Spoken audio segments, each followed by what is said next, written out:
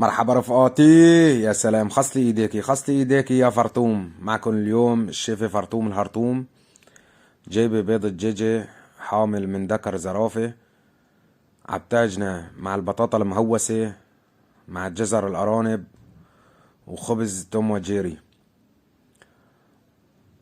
يا سلام يا سلام، العصرة عنوان مبين عليها رقيقة وعجينة، يعني من زمان بتشتغل هالشغلة.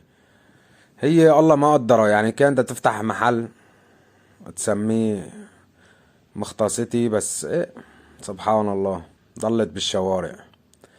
طبعا هون عم تعجن العجين، بتساويه طابات البوكيمون.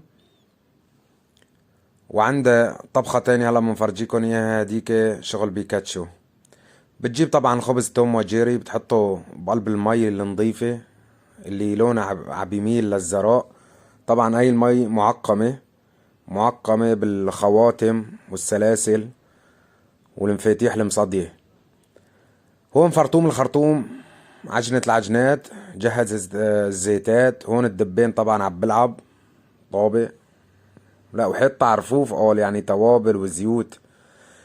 المهم الطبخة التانية ششبرك. بتفتح العجين، بتجيب شوية بطاطا مهوسة وبتعجنه معلمة. يا سلام يا سلام يا سلام. احلى شي فيكي النقطة هاي اللي حطيها في نص دماغك، هاي علامة متميزة. طبعا فرطوم الخرطوم عندك كشك برا، بسطة للبيع السريع. والشيف هذا اللي معه هذا اسمه سيروم ابو حبلة. طبعا هاي الطبخة التانية اللي قلنا لكم اسمها بيكاتشو. بتجيب العجين بترقه رقة بسيطة، بتحطه بزيت مقلي فيه 32 مرة، وبتطلع لعند سيروم ابو حبلة.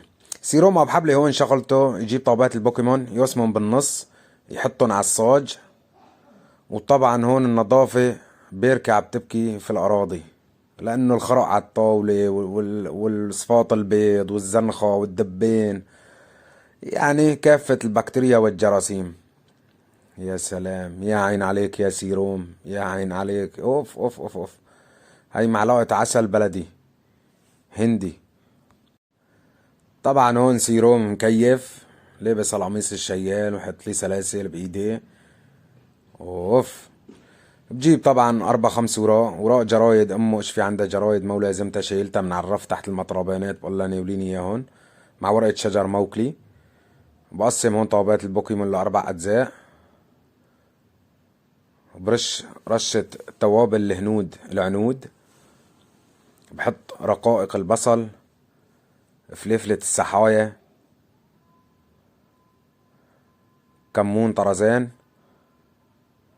عصرة ليمون الحردان. يا سلام، وتفضلوا. اول سندويشة والتاني ان شاء الله ما بتلحق حالك غير بالمشفى. يا سلام، على راسي سيروم.